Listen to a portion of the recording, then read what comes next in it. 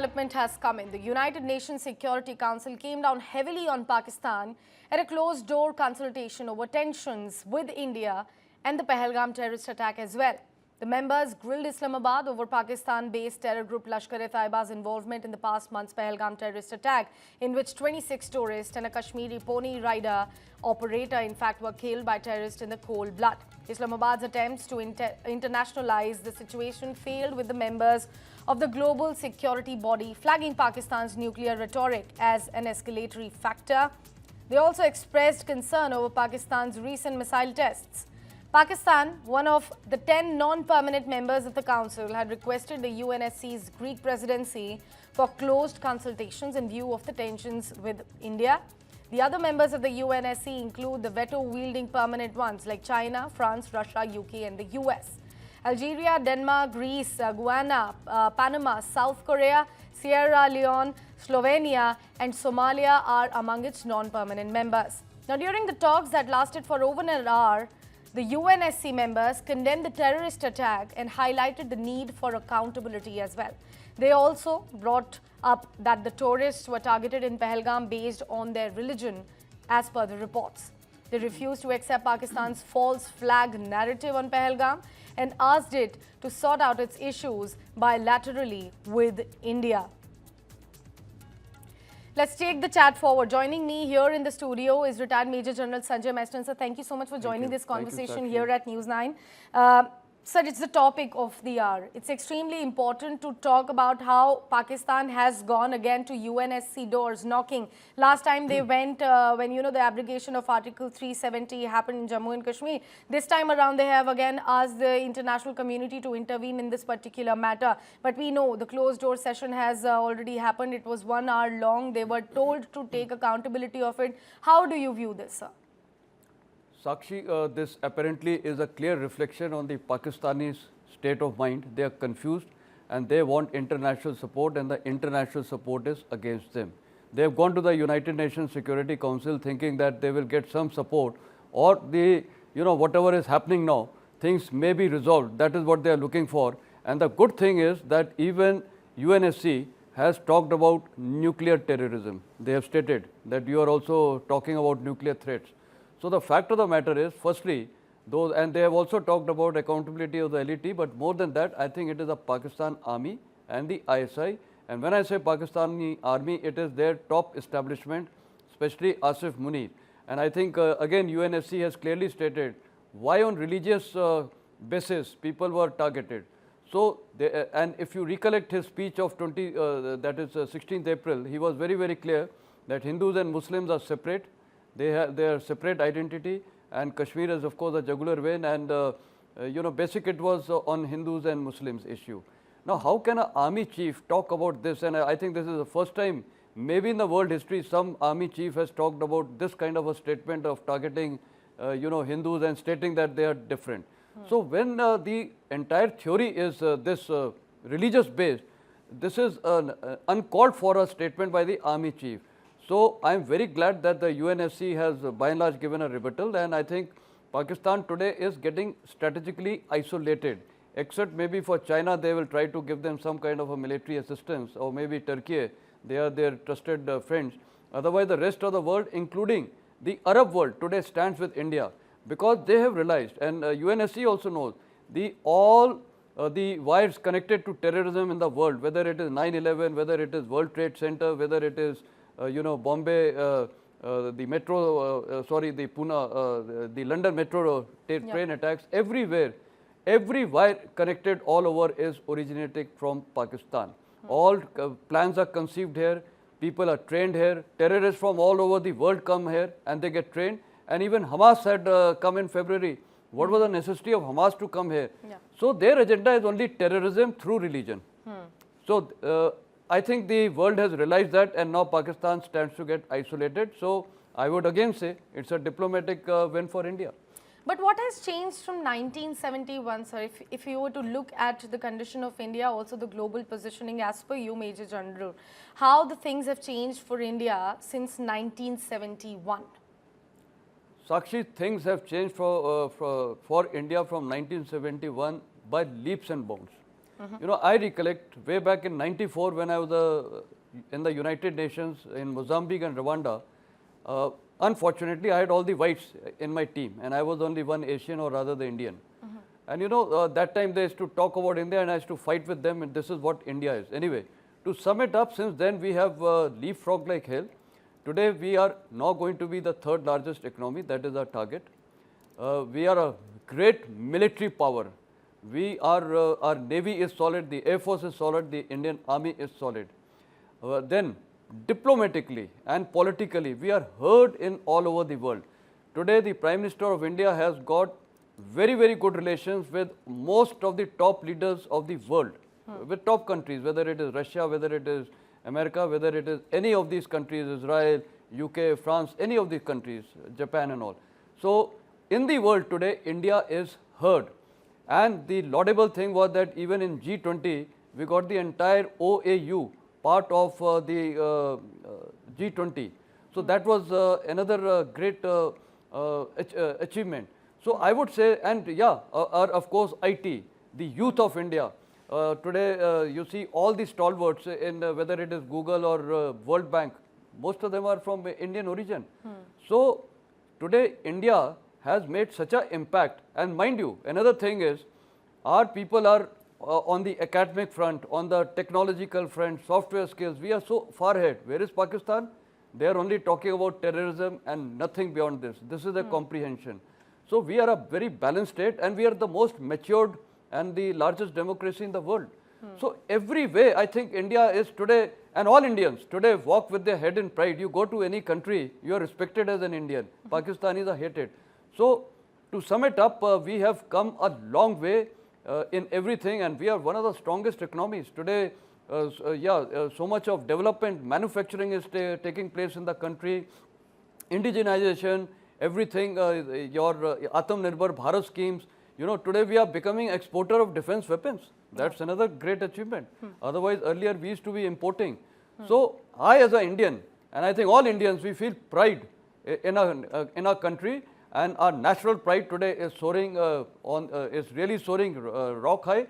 And today, all the countries in the world, you know, count India as a major player in global decision making. Russia-Ukraine war, Israel-Hamas war, everyone is asking us, we are the ones who can talk to Zelensky, we are the ones who can talk to Putin.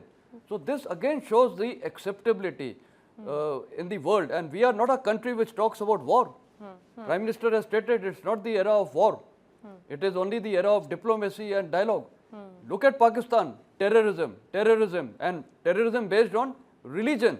You know, always talking about Hindu. See, the whole problem is Pakistan was created on the lines of two-nation theory, basically on the lines of religion. So this is the whole issue. A nation which was artificially created, जिसका कोई ना culture है, ना इतिहास है, it's got nothing. How can religion become something? And today that has also failed. Bangladeshis were again Muslims, Baluchis are Muslims, Pashtuns are Muslims, POK are all Muslims. But why? For them, ethnicity is more important. That is how Bangladesh got created. That is how now Baluchistan is going to be created. That is how Pashtunistan is going to be created. So religion has been a farce. And why religion? This is only the way to inculcate radicalism amongst some of the people. Otherwise, the Pakistan Awam, the Aam Janta, they are not worried about this. They also want peace, prosperity like every person in the world. So military has been doing it, and because why they are doing it? Because they can remain in control. Another big difference, look at the Indian Armed Forces. We are serving the nation. For us, you know, our motto is, for us, the honor, welfare and country comes always first, foremost and every time. Pakistan Army ka, what is their motto? Serve themselves, suppress their people. So the generals are serving themselves and of course promoting terrorism, and look where have they settled down. Some is gone in Australia, some in UK, some are, where was Musharraf? He was in UK.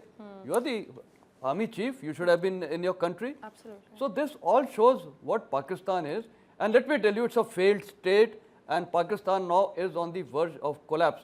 They have invited, they have invited the trouble, and now they will suffer it themselves. Their people are standing up against them. Sakshi, so things are very, very bad for them. Absolutely. Major General, something very critical that you have highlighted while you were giving out this answer. You said that Prime Minister Modi has categorically mentioned that this is not the age of war, this is the age of diplomacy and dialogue. But at the same time, let's also discuss the breaking news that came in yesterday, that MHA's advisory that came out for the mock drills, which are going to be conducted from tomorrow onwards to prepare the civilians for any kind of emergency situations. What do you make of it? Is the war going to really happen? Because the preparations are also happening. The mock drills are going to take place from tomorrow onwards. How do you view that? Yeah, Sakshi, firstly, let's be very clear why it has been announced. Okay. The last mock drill was in 1971 when we went for war with Pakistan. That was a full-fledged war. Kargil happened. That was a localized conflict confined to a sector. So therefore, there was no necessity of a war. This time, the situation is different. We are not going to do Balakot. We are not going to do surgical strikes. We are going to do something of a great nature. In what form it will manifest, let me be very clear. The Navy is there, the Air Force is there, our drones are there, our Indian Army is there, all these things are there. So obviously, we will do it at a better scale than what we did it in Balakot.